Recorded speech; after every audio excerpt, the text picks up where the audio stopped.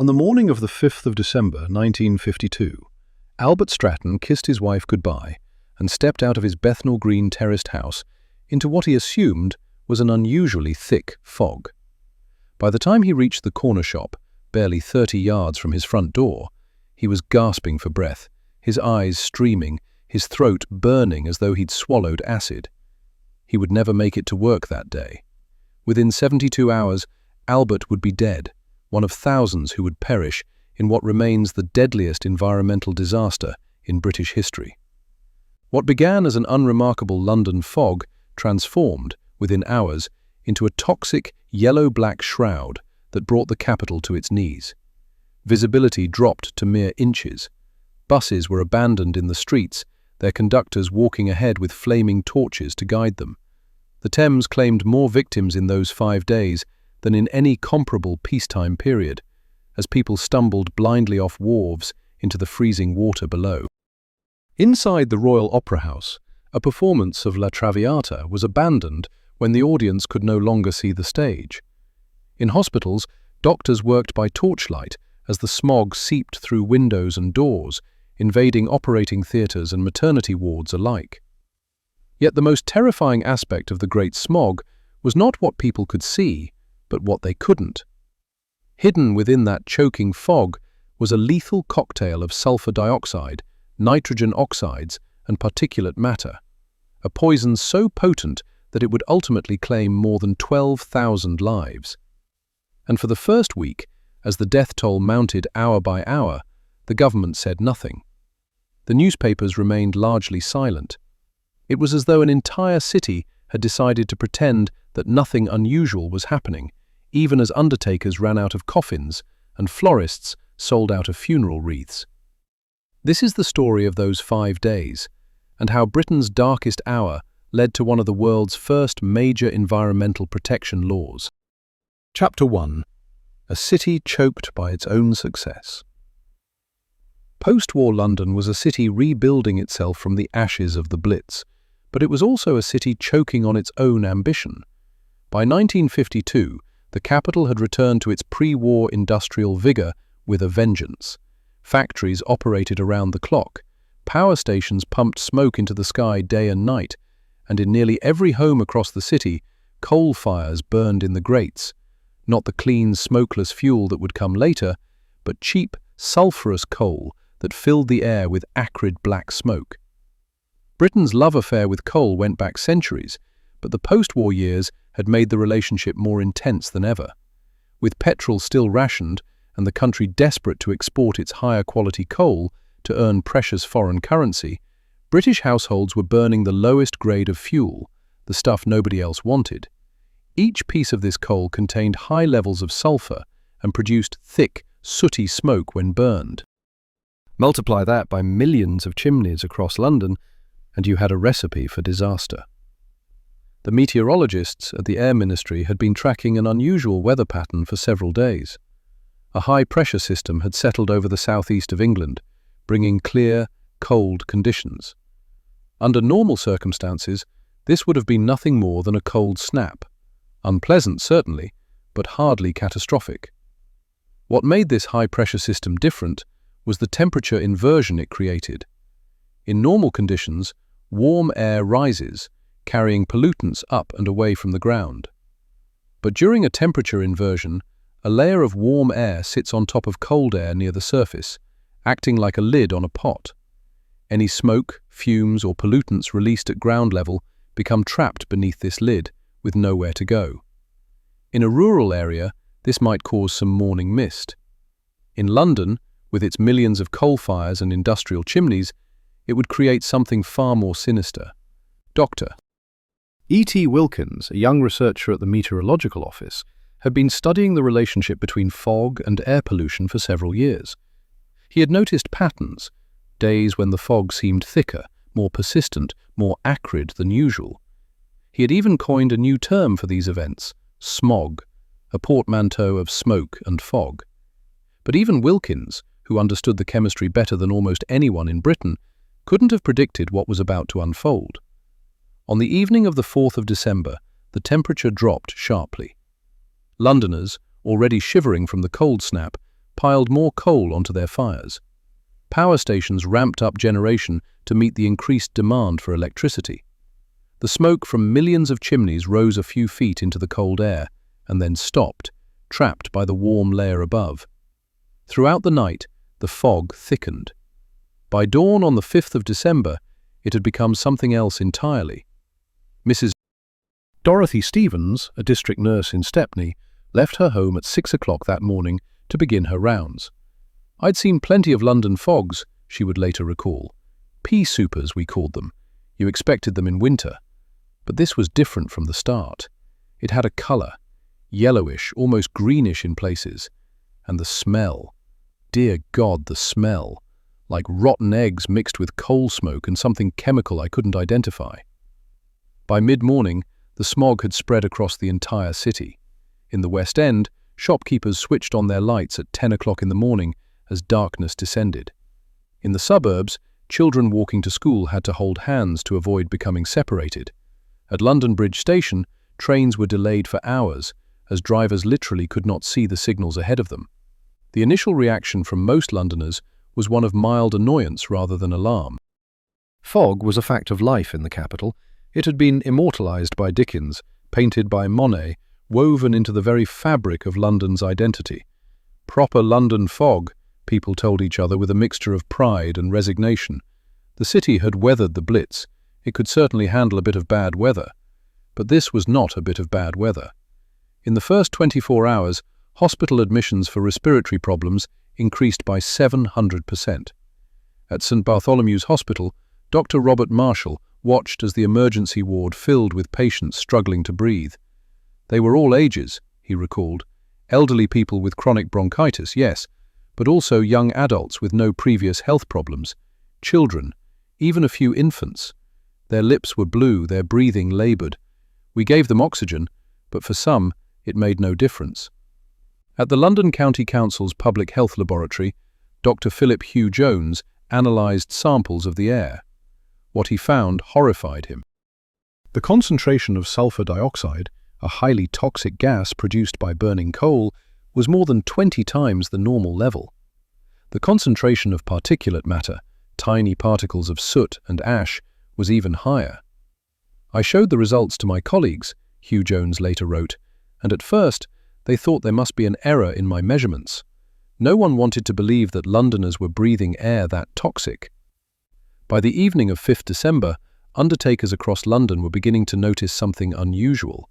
They were receiving more calls than normal, not dramatically more, but enough to be noticeable. George White, who ran a funeral home in Bethnal Green, took 6 calls that day instead of his usual 1 or 2. People were apologizing for calling so late, he remembered. They said their father or mother had taken a turn in the afternoon. At the time, I thought it was just coincidence. As the first day of the Great Smog drew to a close, London settled into an uneasy night. The fog showed no signs of lifting. If anything, it seemed to be getting thicker. In living rooms across the city, families huddled around their coal fires, unwittingly adding more poison to the air outside. And in hospitals, mortuaries, and undertakers' offices, a grim realization was beginning to dawn. This was only the beginning. Chapter 2. When the City Went Blind. The second day of the smog, 6th December, brought a surreal and terrifying realization. London had effectively ceased to function. The fog had thickened overnight to the point where visibility in many areas had dropped to less than a foot. People who ventured outside described the sensation of being utterly blind, unable to see their own hands when held at arm's length. The transport system collapsed entirely. Buses, the lifeblood of London's public transport, were abandoned across the city. Drivers who attempted to navigate found themselves completely lost, even on routes they'd driven for decades. Thomas Barker, a bus driver for 20 years, recalled trying to make his way from Victoria to Clapham Common that morning. "I had my conductor walking ahead of the bus with a lit torch, but even that didn't help. The fog was so thick it seemed to swallow the light. After half a mile, I had no idea where I was. I could have been in the middle of the Thames for all I knew." The underground became the only reliable means of transport, but even it wasn't immune. The smog seeped down ventilation shafts and staircases, filling platforms and tunnels with a sulphurous haze. Passengers emerged from stations coughing and spluttering, their eyes streaming. Some stations had to be temporarily closed when the fog became so thick that it affected the signals. Above ground, London had transformed into something from a nightmare. People described walking with their arms outstretched, feeling their way along walls and fences like blind men. Those who lost their bearings became hopelessly disoriented. Police stations across the city reported dozens of people who had become lost within a few hundred yards of their own homes. Some were found hours later, exhausted and terrified, having walked in circles. The Thames became a death trap. With no visibility, people walking along the embankment had no way of knowing where the pavement ended and the water began. On the evening of the 6th of December alone, 6 people walked off wharves and piers into the river. Some were pulled out alive, others weren't found until the fog lifted days later. River traffic came to a complete halt. The Port of London, normally one of the busiest in the world, fell silent. Emergency services struggled to function. Ambulances fitted with flares on their bonnets still took hours to reach hospitals that would normally be 10 minutes away. Fire crews, responding to calls, sometimes couldn't find the fires they'd been sent to fight. One crew from Whitechapel spent 4 hours searching for a reported house fire, only to discover they'd been driving in circles around the same 3 streets. At the Royal Opera House in Covent Garden, the management attempted to carry on with a performance of La Traviata. The soprano, Elizabeth Schwarzkopf, was in fine voice, but it didn't matter. By the end of the first act, the smog had infiltrated the auditorium to such an extent that the audience in the upper galleries could no longer see the stage. The performance was abandoned, one of the few occasions in the theatre's history when bad weather had forced a cancellation. The livestock market at Smithfield provided a grim barometer of the smog's toxicity. Prize cattle that had been perfectly healthy the day before were found dead in their pens, their lungs blackened and congested. The show committee had no choice but to cancel the event. It was, as one farmer noted, as if the air itself had turned poisonous. Inside hospitals, the situation was becoming desperate. Respiratory wards, designed for 20 patients, were accommodating 50 or more. In some hospitals, patients were being treated in corridors, storage rooms, even cleaned-out broom cupboards. Dr. Horace Jules, senior physician at Central Middlesex Hospital, worked a double shift on the 6th of December, treating patient after patient with the same symptoms: severe breathlessness, blue-tinged lips and fingernails, a condition called cyanosis, and a persistent, racking cough that brought up black phlegm. "We were seeing people we'd never have expected to be vulnerable," Dr. Jules later testified. Healthy young men in their 20s and 30s, collapsing on the street.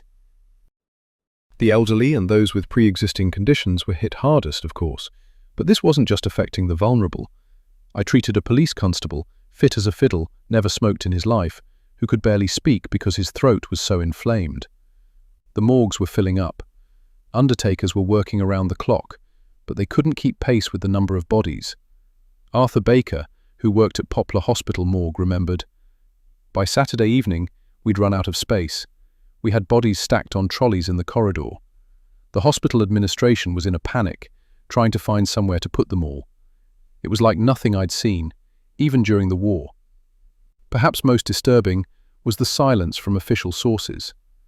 The Ministry of Health issued no warnings. The government made no announcements. The newspapers, remarkably, continued to treat the fog as little more than an inconvenience. The Times ran a short piece noting the unusually dense fog, but devoted far more space to other stories. It was as though there was a collective denial of what was happening. Some Londoners were beginning to suspect that this was more than just another fog. Mrs. Janet Barlow, a teacher in Deptford, kept a diary during the smog. Her entry for the 6th of December reads, "Cannot get to school. The fog has a terrible smell, burning, chemical, makes your throat raw. Arthur's cough is much worse. Mrs. Prentice from next door came round to say her father died last night. He was poorly, but even so. 3 other people in our street are very ill. Something isn't right about this fog." As night fell on the 6th of December, the smog showed no signs of lifting. If anything, it was getting worse. The temperature remained below freezing, encouraging people to burn more coal. More smoke poured into the already saturated air. The inversion layer held firm, trapping everything beneath it. And across London, in hospitals and homes, in doctors' surgeries and undertakers' offices, the death toll continued to rise. What no one yet understood was that they were only halfway through the crisis. The worst was still to come. Chapter 3. The Peak of the Poison. Sunday, 7th December 1952, dawned, if one could call it dawn, with the smog at its most impenetrable. The third day would prove to be the deadliest. In churches across London, congregations gathered for morning service, but many of the pews remained empty. Some of the absent were unable to leave their homes. Others would never attend church again. The Reverend Donald Gray of St. George's in Bloomsbury conducted his morning service to a congregation of 12 instead of the usual 80. "I could see the fog seeping in under the doors," he recalled. "It crept up the aisle like something alive. By the time I reached my sermon, I could barely see the front pews. I cut the service short." It didn't seem right to keep people there, breathing that air. For those who did venture out that Sunday, the journey was often harrowing. Margaret Watkins, aged 73, walked from her flat in Kennington to visit her daughter in Camberwell, a distance of less than 2 miles. It took her 4 hours. "I had to stop every few yards to catch my breath," she told her daughter. "Several times I thought I might collapse. People were helping each other along, holding on to strangers. Everyone was coughing. I heard one woman being sick in a doorway." Margaret would die 3 days later, though her death certificate would list natural causes. The hospitals were now overwhelmed. At Guy's Hospital, the situation had become so critical that medical students were pulled from lectures to help staff the wards. Respiratory therapists worked 18-hour shifts. The iron lungs, large coffin-like machines used to help patients breathe, were all occupied.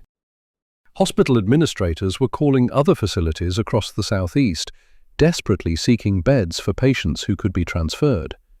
Dr. William Logan, a thoracic surgeon at Westminster Hospital, performed what should have been a routine operation on Sunday afternoon, removing a benign tumour from a patient's lung.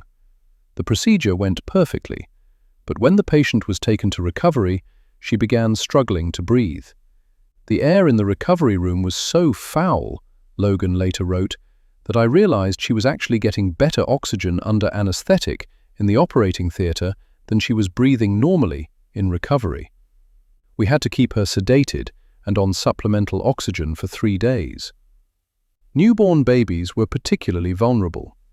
In maternity wards across London, doctors noticed an alarming trend. Healthy newborns, just hours old, developing respiratory distress. At St. Thomas's Hospital, 4 babies born that weekend died within 48 hours, their tiny lungs unable to cope with the toxic air.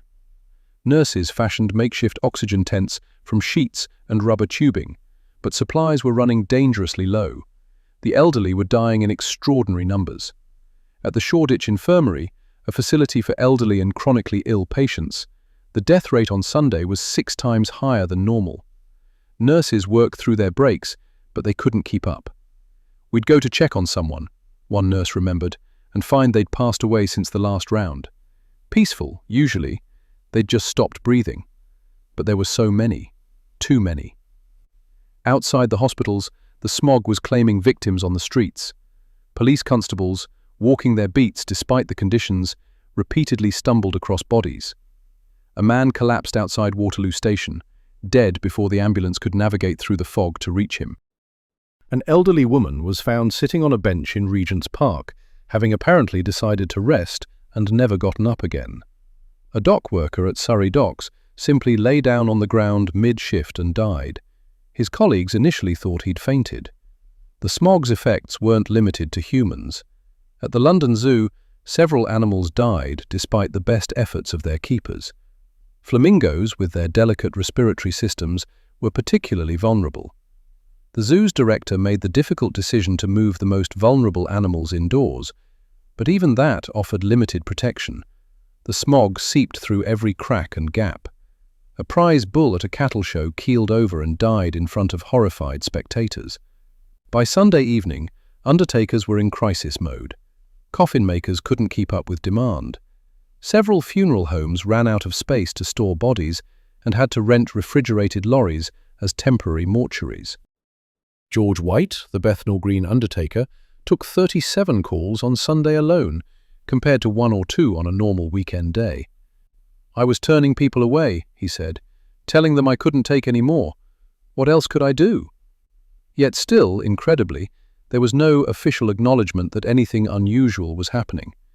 The BBC news bulletins made brief mention of fog affecting transport, but nothing more. The Sunday newspapers focused on other stories: the Korean War, economic policy, football results. The Ministry of Health remained silent. It was as though the establishment had decided that if they didn't talk about the disaster, it might somehow not be real. Some newspapers did hint at the scale of what was happening. The Observer ran a piece noting that doctors' surgeries had been exceptionally busy and that hospitals were under some strain. But even this understated the reality. Doctors knew something catastrophic was occurring, but they lacked the official data to prove it. Death certificates were filled out with immediate causes: heart failure, bronchial pneumonia, respiratory collapse, without any mention of the smog. The true death toll was being obscured, perhaps deliberately. At the meteorological office, scientists were becoming increasingly alarmed. The high-pressure system showed no signs of moving. The inversion layer remained in place. Fresh air wasn't getting in, and the polluted air couldn't get out. Dr. Wilkins and his colleagues prepared detailed reports for the Ministry of Health and the Home Office, warning that the situation could deteriorate further if the weather didn't change. Their warnings were acknowledged, but apparently not acted upon. In working-class neighbourhoods like Poplar, Bethnal Green and Southwark, the death toll was disproportionately high.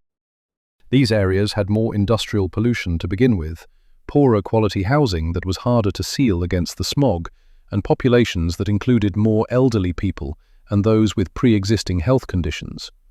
Mrs. Alice Crompton, a community nurse in Poplar, made her rounds on Sunday despite the conditions. Of the 32 elderly patients on her list, she found 5 dead in their homes. They died alone, she said.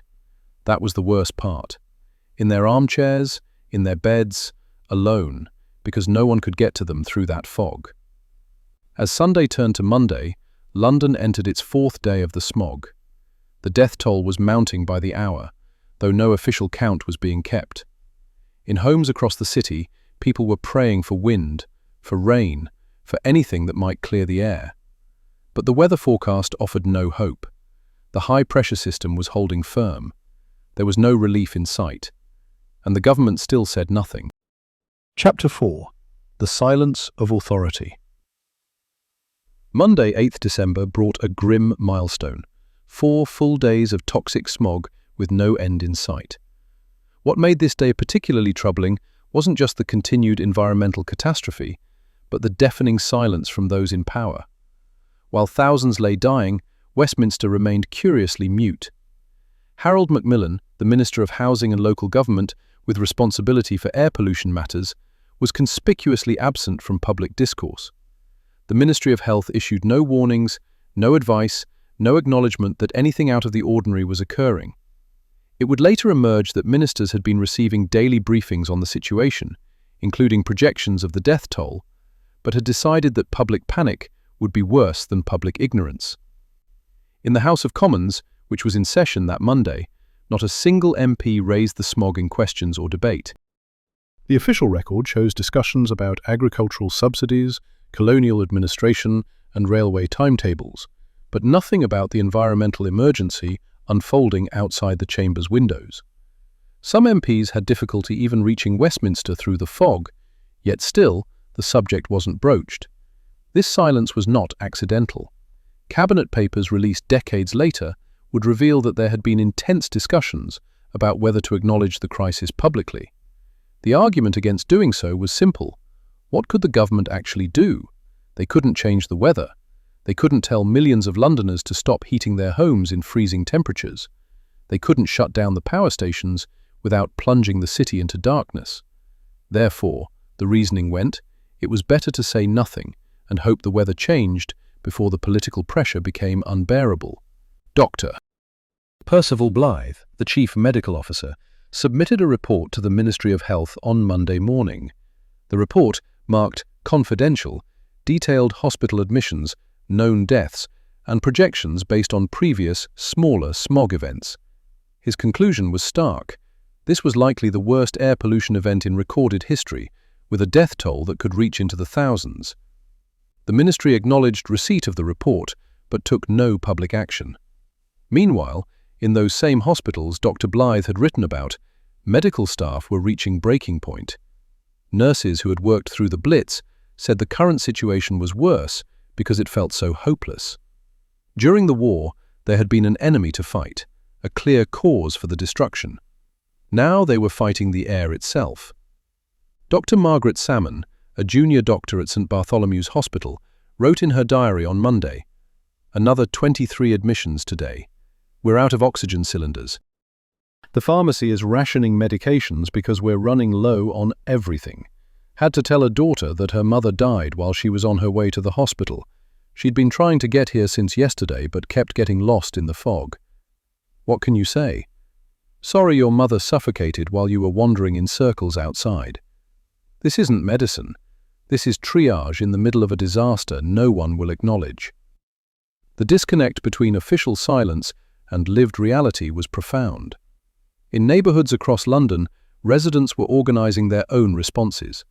In Stepney, a group of local women set up what they called a fog patrol, checking on elderly neighbours and helping people navigate to shops for essential supplies. In Deptford, a publican kept his establishment open around the clock as an unofficial shelter, providing hot tea and a place to rest for anyone who needed it. Shops were running out of basic supplies. Pharmacies sold out of cough medicine and inhalers. Grocers reported that milk deliveries had stopped. Dairy workers couldn't navigate through the fog, and several milk floats had been abandoned when their horses refused to continue. Coal merchants, ironically, were doing brisk business as people tried to keep warm, unknowingly worsening the very problem that was killing them. The death toll on Monday was the highest yet, though no one was officially counting. Undertakers had simply stopped taking new clients. They had no capacity left. Arthur Baker at Poplar Hospital Morgue described the scene. "We had to start keeping bodies in the basement boiler room. It was the only space left." The hospital administrator was beside himself, talking about requisitioning ice lorries. I kept thinking, this is London in 1952, not the Middle Ages. How have we let this happen? There were some small acts of official response, though none acknowledged the true scale of the crisis. Several hospitals received emergency shipments of oxygen from facilities outside London.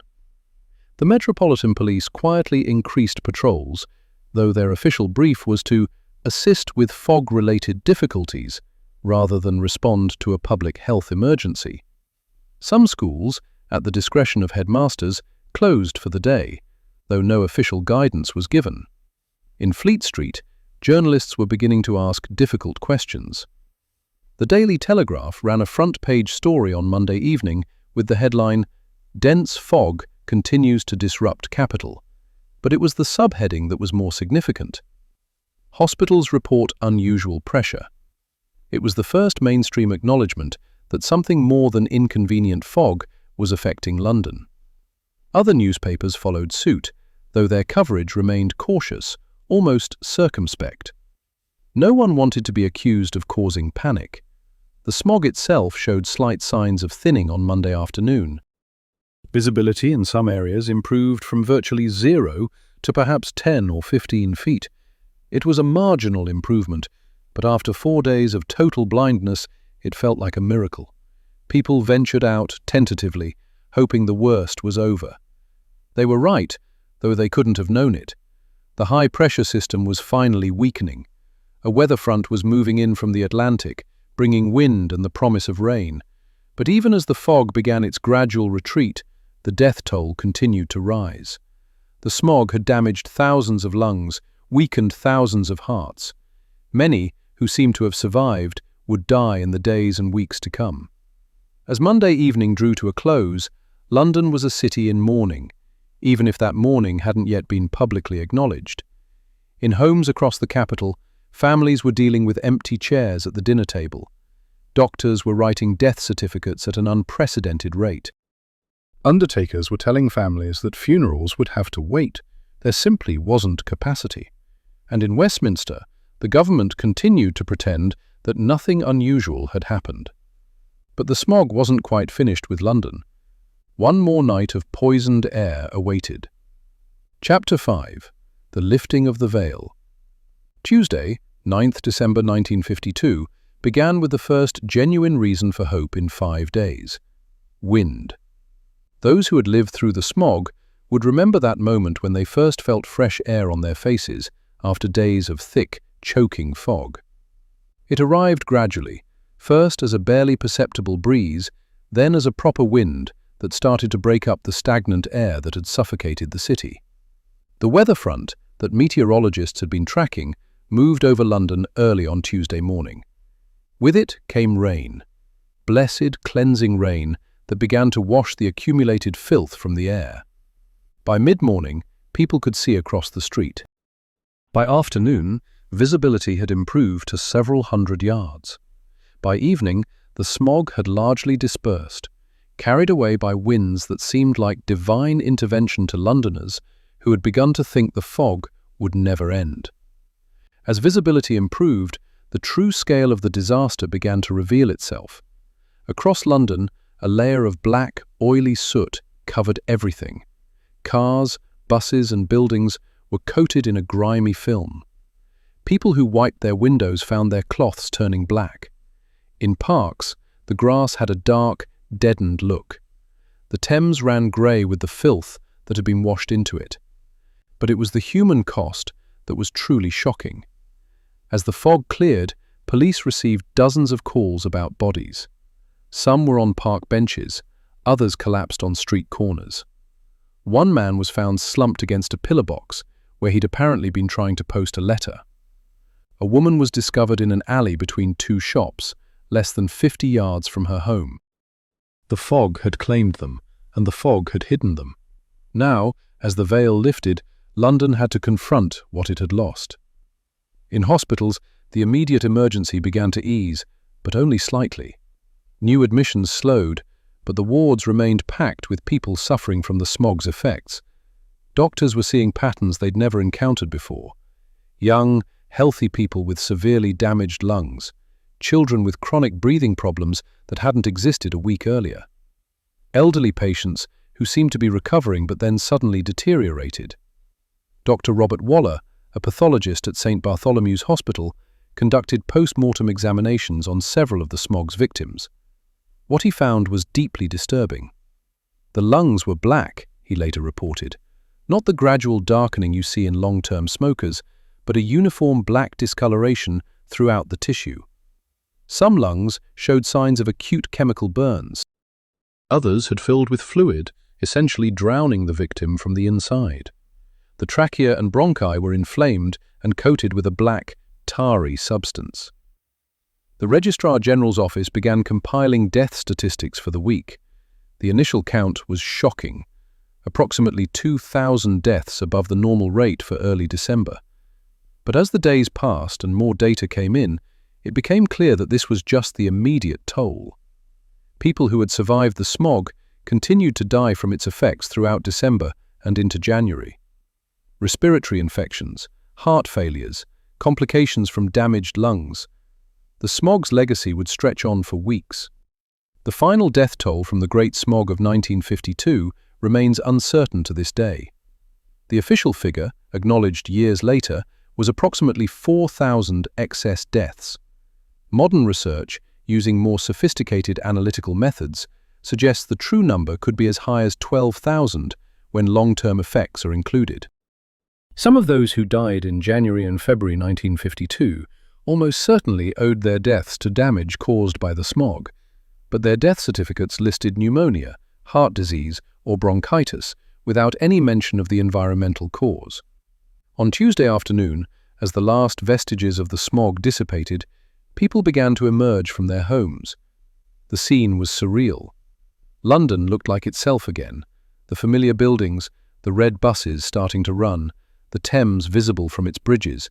Yet everything had changed. The city had suffered a catastrophe, and only now were people beginning to understand its magnitude. In the East End, entire streets had lost multiple residents. Mrs. Ellen Morris of Poplar stood in her doorway on Tuesday afternoon and counted. Of the 30 houses on her street, 7 were in mourning. You could tell which ones, she recalled. Curtains drawn even though it was afternoon. That terrible silence. We'd all survived the war, the Blitz, the bombs. And then this fog comes along and takes more people in 5 days than died on our street in 5 years of war. It didn't make sense.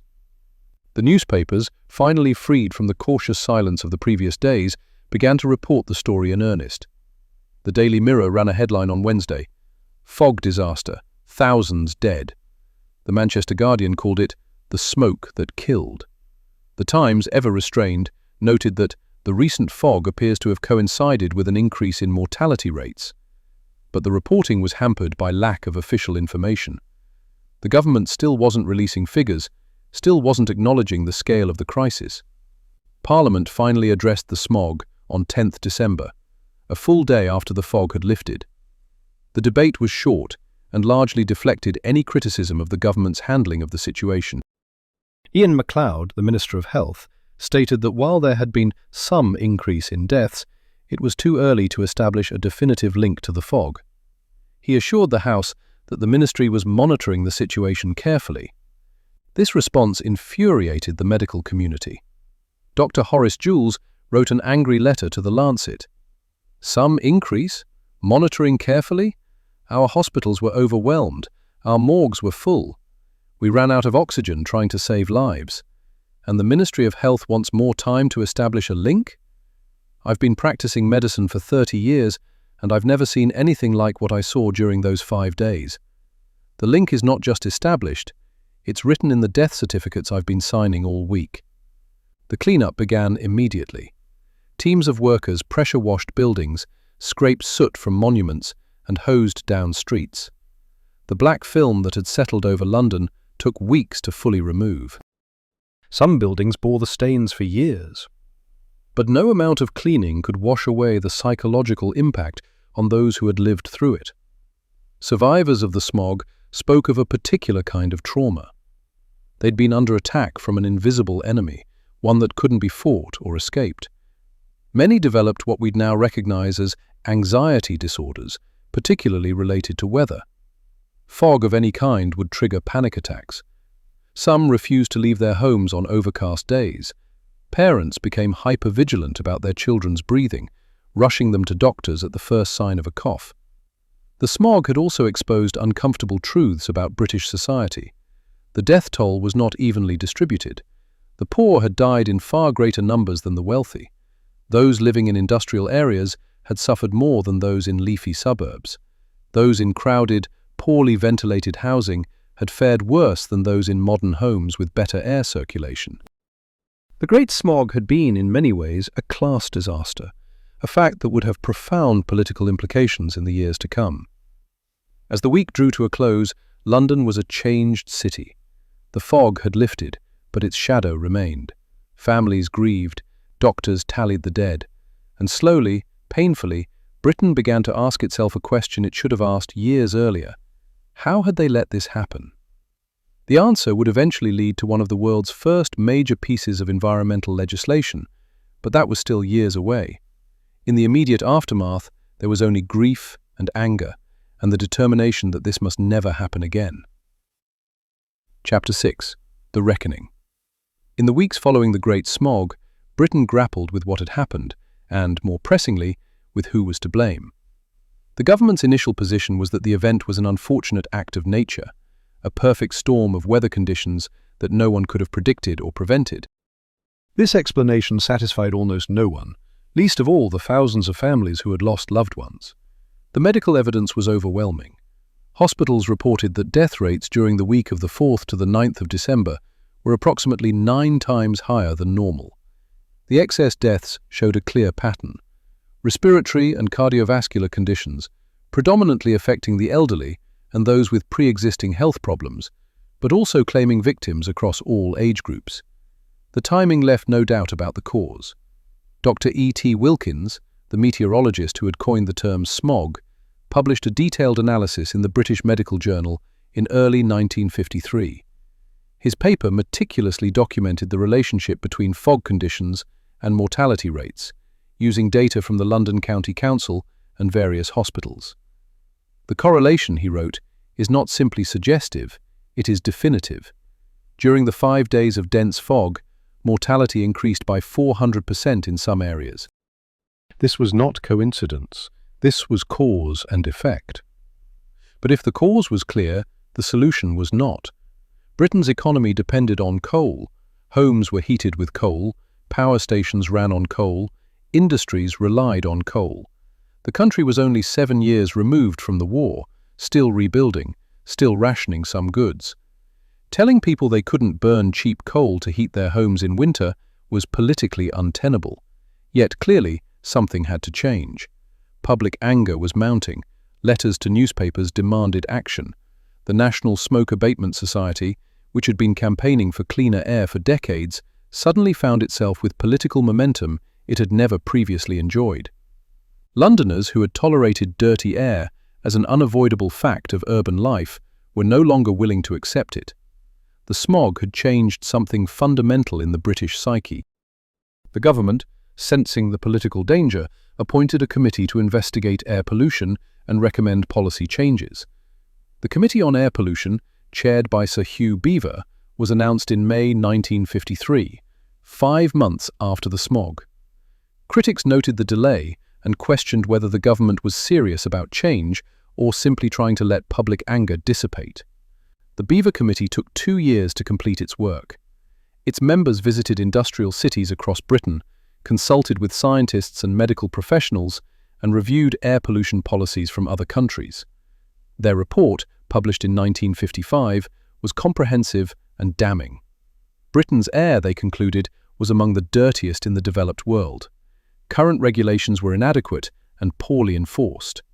Immediate action was necessary to prevent future disasters. The report made several key recommendations. First, the creation of smoke control areas, where only smokeless fuel could be burned. Second, stricter controls on industrial emissions. Third, the development and promotion of cleaner heating technologies. Fourth, the relocation of power stations away from urban centres. Fifth, and perhaps most controversially, financial assistance to help homeowners switch from coal to cleaner fuels. These recommendations faced fierce resistance. The coal industry argued that they would devastate mining communities. Power companies claimed the costs would be prohibitive. The Treasury balked at the expense of subsidies for homeowners. Even within the government, there was significant opposition to what some saw as unnecessary interference in both industry and personal life. What changed the political calculus was another smog event. In January 1956, London experienced another period of thick fog, though not as severe or prolonged as 1952. Still, hospitals reported a spike in admissions, and approximately 1,000 excess deaths were recorded. The message was clear. Without action, the 1952 disaster could repeat itself at any time. The Clean Air Act received royal assent in July 1956, making Britain a pioneer in environmental legislation. The Act gave local authorities the power to establish smoke control areas, imposed restrictions on emissions from factories and power stations, and provided grants to homeowners to convert from coal to gas or electric heating. It wasn't perfect. Its implementation would take decades, and many loopholes remained, but it was a start. The impact of the legislation was gradual but profound. In 1956, London had approximately 60 days per year of dense fog with visibility below 40 meters, often laden with smoke. By 1965, this had dropped to 15 days. By 1980, it was down to 5 days. The famous London particular, the thick, yellow fog that had been a feature of the city for centuries, had effectively been eliminated. Air quality improvements had measurable health impacts. Respiratory disease mortality in London fell by approximately 50% between 1958 and 1975. The incidence of chronic bronchitis, which had been endemic in industrial Britain, declined sharply. Children born after the Clean Air Act came into full effect showed significantly better lung function than their parents' generation. The Great Smog also changed scientific understanding of air pollution. Before 1952, air quality was generally considered a comfort issue rather than a health crisis. The smog demonstrated conclusively that air pollution could kill quickly and in large numbers. This realization influenced environmental health policy worldwide. Cities from Pittsburgh to Tokyo studied Britain's Clean Air Act when developing their own regulations. The victims of the Great Smog, however, received little recognition or compensation. Unlike victims of industrial disasters or transport accidents, those who died in the smog were not considered to have suffered wrongful death. Their families received no special support. Death certificates listed immediate causes: heart failure, bronchitis, pneumonia, without acknowledging the environmental cause. It would be decades before the true scale of the disaster was officially recognized. In 1992, exactly 40 years after the smog, Westminster City Council unveiled a memorial plaque near St James's Park. The inscription read, "In memory of the approximately 4,000 Londoners who died as a result of the Great Smog of December 1952. It was a modest recognition of a major tragedy, and even then, the death toll listed was probably an underestimate. The legacy of the Great Smog extends far beyond the Clean Air Act. It marked a turning point in how societies think about environmental health. Before 1952, pollution was seen as an unfortunate but necessary consequence of industrial progress. After 1952, there was growing recognition that economic development and public health need not be in conflict, that regulations and technology could make progress sustainable. The smog also highlighted environmental injustice decades before the term entered common usage. The poor had died in far greater numbers than the wealthy. Industrial areas had suffered more than prosperous suburbs. Working-class families in cramped housing had borne the brunt of the disaster. This pattern would repeat itself in environmental crises worldwide, but the Great Smog was among the first disasters to make this inequality starkly visible. Chapter 7. Echoes Through Time. More than 70 years after the Great Smog, its lessons remain urgent. While London's air is immeasurably cleaner today than in 1952, air pollution continues to kill thousands in Britain each year. The mechanisms have changed. Vehicle exhaust has replaced coal smoke as the primary concern, but the fundamental problem remains. We're still poisoning the air we breathe. Public Health England estimates that between 28,000 and 36,000 deaths per year in the UK are attributable to air pollution. This figure, spread across the calendar, doesn't generate the same public horror as 4,000 deaths in 5 days. Yet the annual toll is actually higher than the Great Smog. The difference is visibility. In 1952, cause and effect were impossible to ignore. Today, the connection is statistical rather than visceral. London still experiences air quality alerts, though these bear no comparison to the 1952 smog. Modern pollution crises involve nitrogen dioxide from diesel vehicles and fine particulate matter that can penetrate deep into lungs. These pollutants don't turn the air yellow or reduce visibility to inches, but they're still damaging health. Children growing up near busy roads show reduced lung development. Elderly people experience increased respiratory and cardiovascular problems on high pollution days. Other cities have learned from London's experience and from its failures. After China's major cities experienced severe smog events in the 2010s, the government implemented aggressive air quality measures that drew explicitly on Britain's Clean Air Act. Beijing reduced its PM 2.5 pollution by approximately 35% between 2013 and 2017, though levels remain high by WHO standards. India's cities, which now experience some of the world's worst air pollution, are still struggling to implement effective controls. The Great Smog also offers lessons for climate change, another slow-motion environmental crisis where cause and effect are separated by time and distance. Like air pollution in the 1940s, climate change is often treated as an abstract future problem rather than an immediate threat. Like the officials who remained silent during the smog, governments today struggle to take decisive action when the economic costs seem immediate but the benefits are diffuse and long-term. There are survivors of the Great Smog still living today, though their numbers dwindle each year. Many were children in December 1952, and their memories remain vivid. Patricia Burgess, who was 8 years old during the smog, recalls, "My mother kept us inside with wet towels around the windows, but the fog still got in. Everything smelled of sulphur. My little brother had terrible trouble breathing. I remember being frightened because the adults were frightened, and adults weren't supposed to be frightened." These survivors carry physical as well as psychological scars.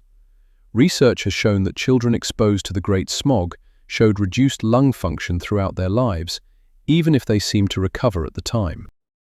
They had higher rates of chronic respiratory diseases and died, on average, slightly younger than those who weren't exposed. The smog's legacy was literally written into their bodies. The story of the Great Smog is also a story about class, power, and whose lives are considered expendable. The 4,000 to 12,000 who died were disproportionately poor, elderly, and from industrial neighborhoods. They were not cabinet ministers or newspaper editors or company directors. Their deaths could be minimized, explained away, attributed to other causes. It took years for the true death toll to be officially acknowledged, because these lives were not considered politically important.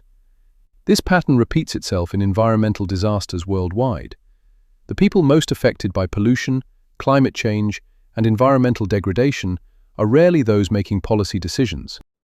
The residents of Grenfell Tower, the communities near Chernobyl, the villages flooded in South Asia. Their vulnerability is not accidental. It reflects deliberate choices about regulation, enforcement, and whose safety matters. The Great Smog ultimately sparked change because it crossed class boundaries. When the fog prevented MPs from reaching Parliament, when theatres in the West End had to close, when the wealthy, as well as the poor, struggled to breathe, the disaster became impossible to ignore. But even then, change came slowly. The Clean Air Act was passed 4 years after the smog, and its implementation took decades. Urgency faded as memories dimmed. Today, as we face environmental challenges of unprecedented scale, the Great Smog offers both warning and hope. The warning: our institutions are often slow to act, even in the face of clear and present danger. Political and economic interests can override public health for years, even when the cost is measured in thousands of lives. The hope: change is possible. Britain did eventually clean its air. Coal fires in London homes are now illegal. The deadly fogs are gone. But the hope comes with a caveat.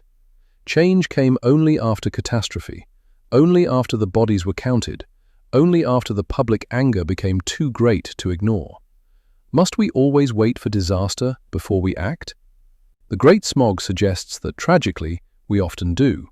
The question is whether we can learn to respond to slower, more diffuse threats with the same urgency we eventually mustered in response to the smog. In December 2022, on the 70th anniversary of the Great Smog, several events were held in London to commemorate the victims. At St. Paul's Cathedral, a memorial service included readings from survivors and descendants of those who died. The Mayor of London laid a wreath at the memorial plaque near St. James's Park. These gestures cannot undo the tragedy, but they serve a purpose: remembering, honouring, and learning. The names of most of the victims are not recorded anywhere. There is no comprehensive list, no monument bearing their names like war memorials do for soldiers. They died in their homes, in hospitals, on streets, anonymous casualties of an environmental disaster that could have been prevented. Their memorial is the cleaner air we breathe today, and the knowledge that we must remain vigilant to prevent such a disaster from happening again. Epilogue: the fog we cannot see. The Great Smog of 1952 changed Britain, but perhaps not as much as it should have. We learned that air pollution could kill, and we took action, eventually. We learned that economic activity must be balanced against public health, and we adjusted, gradually. We learned that environmental disasters disproportionately affect the vulnerable, and we're still learning that lesson. On clear days in modern London, you can see for miles. The Thames sparkles. The buildings aren't coated in soot. You can draw a deep breath without tasting sulphur. By these measures, we've succeeded. The city that once couldn't see across the street now gleams in the sunlight. The fog has lifted. But there are other fogs, less visible, still among us. The nitrogen dioxide from diesel exhausts doesn't turn the sky yellow, but it's there, damaging lungs. The fine particulate matter from brake dust and tire wear doesn't reduce visibility to inches, but it penetrates deep into our bodies. The carbon dioxide warming the planet doesn't choke us directly, but its effects will be more catastrophic than any 5-day smog. These invisible fogs require the same courage that Britain eventually mustered in 1956. The courage to act before disaster makes action unavoidable. The courage to prioritize long-term health over short-term convenience. The courage to tell difficult truths and make unpopular decisions. The courage to protect the vulnerable even when the powerful object. The people who died in December 1952 have no voice in today's debates about air quality, climate change, or environmental protection. But their deaths speak nonetheless. They remind us that inaction has a cost, counted in lives. They remind us that problems don't solve themselves. They remind us that the air we breathe is either clean enough to sustain life, or it isn't. There's no middle ground. London today is a testament to what's possible when we decide that public health matters more than convenience, that lives are more valuable than quarterly profits, that the air belongs to everyone and must be protected for everyone. The Clean Air Act of 1956 was imperfect, insufficient, and far too late for the thousands who had already died. But it was a start. The Great Smog is history now, a story from another era when coal fires burned in every home and fog was a fact of winter life. But it's not only history, it's also prophecy. It shows us what happens when we ignore environmental warnings, when we prioritize short-term economic interests over long-term survival, when we tell ourselves that the problem isn't really that bad and someone else will solve it eventually. The fog lifted in December 1952. The question we face today is whether we'll act before the next fog, the one we cannot see, becomes as deadly as the one that suffocated Britain 70 years ago. The victims of the Great Smog cannot answer that question. That responsibility falls to us. In the end, the Great Smog of 1952 is not just about 5 terrible days in London. It's about the choices societies make when confronted with evidence of self-inflicted harm. It's about the people who die when those choices come too late. And it's about the responsibility we bear to those who will come after us, to leave them air that's fit to breathe and a planet that's fit to inhabit. The fog has lifted.